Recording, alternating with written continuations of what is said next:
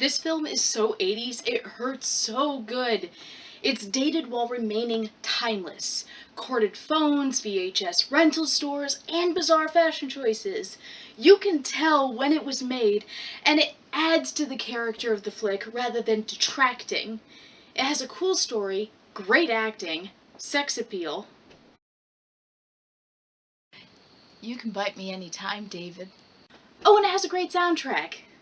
This is a classic vampire film. The premise is that the Emersons, Lucy, the mom, Michael, the 18-year-old stud, and Sam, the young nerd, moved to Santa Carla after Lucy divorced her husband so that they can go with her dad and hopefully get back on their feet. Shame that Santa Carla is the murder capital of the world.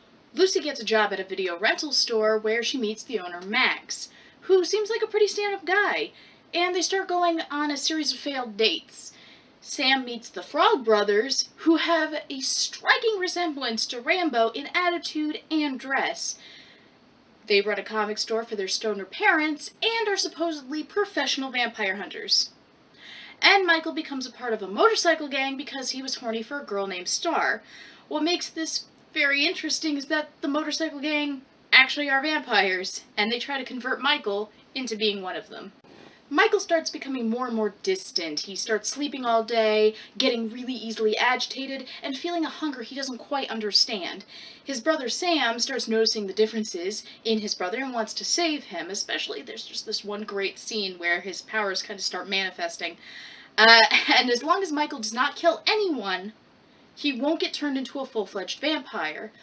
But it is getting harder and harder to resist. So it becomes a race against time to find the head vampire and kill it so that all the underling vampires will go back to normal. Now, I want to say that Sam actually does try to tell his mom at least once what's going on, tell her the whole truth. Because, yeah, he and the Frog Brothers actually managed to kill one of the vampires, and they are out to kill them all. But of course she doesn't believe him, and I mean, this does come after Sam fucked up a date with Max by giving him garlic instead of Parmesan cheese, testing his reflection, and spilling water all over him, which honestly made Sam look like an asshole to his mom, and actually it planted a really good plot twist for us as the viewers in terms of Max as a character.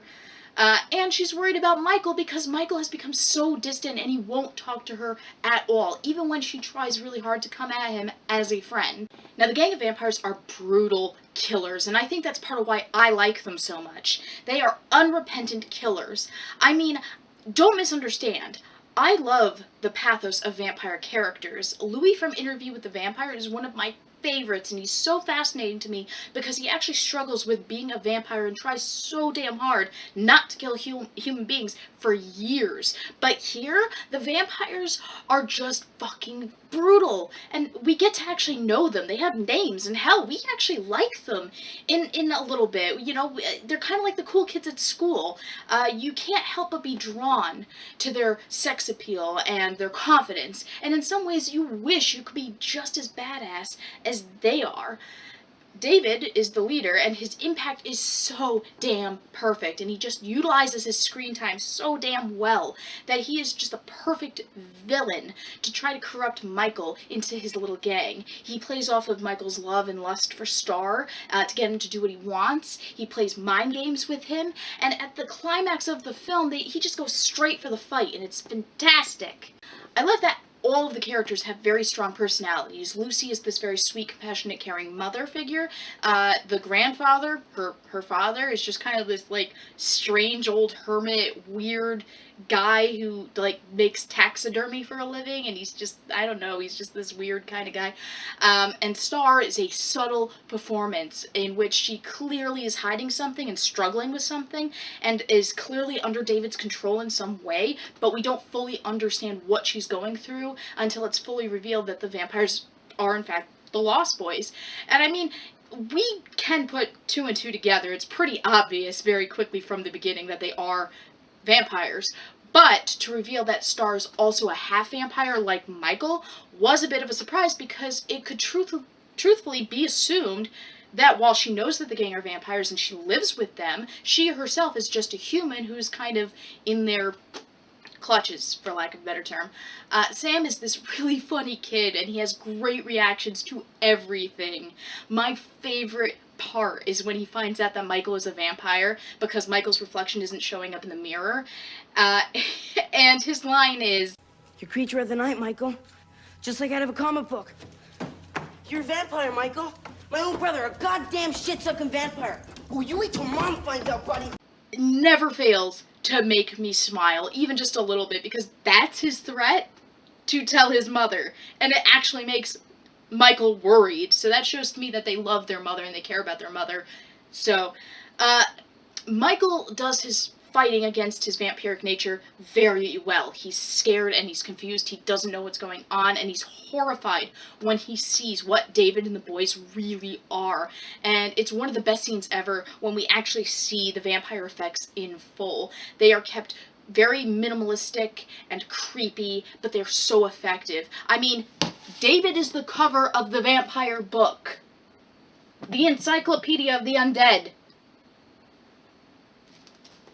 And they just tear into this group of partygoers on the beach, and it's vicious as we see blood just oozing out, and the camera's moving fast and flashing to different things, and we're hearing all the screams, and eventually all of the partygoers are dead, like within a minute, and their bodies are being thrown on the fire, and the Lost Boys are celebrating, and then they come back and they look normal, but they're covered in blood, and it's so effective, and it's so amazing.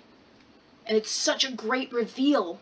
Now, the Frog Brothers, by the way, I have to make mention, have my respect, because they actually are trying to help, and they actually are taking a very proactive stance in fighting the vampires. These kids actually climb up in a vampire's cave where the vampires are hanging on the ceiling. They physically climb up, and they stake one of the vampires in the chest.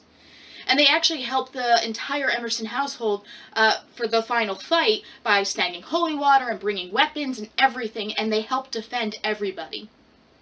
What I also like is how subtle everything is in relation to the vampires themselves. We know that they're vampires, but the makeup is used sparingly so as to make it more impactful when we actually do see it. Their being able to fly is addressed, but we usually follow from their point of view, flying down on their victims. Like there's this great scene where there's a car with two people inside, and we see like the vampires swoop down, we see inside the car, then it's back outside, and then it's inside, and we see from the top viewpoint the victims as they're screaming. It's fantastic. It's really, really well done.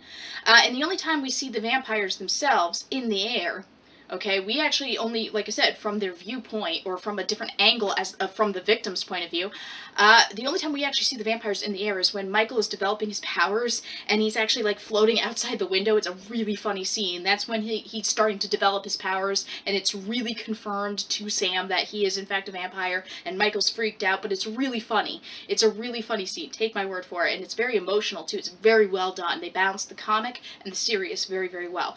And the other time when we see them flying is when Michael and David are fighting at the end. All in all, guys, I think that this film has heart and blood and sex appeal enough to warrant sinking your fangs into it.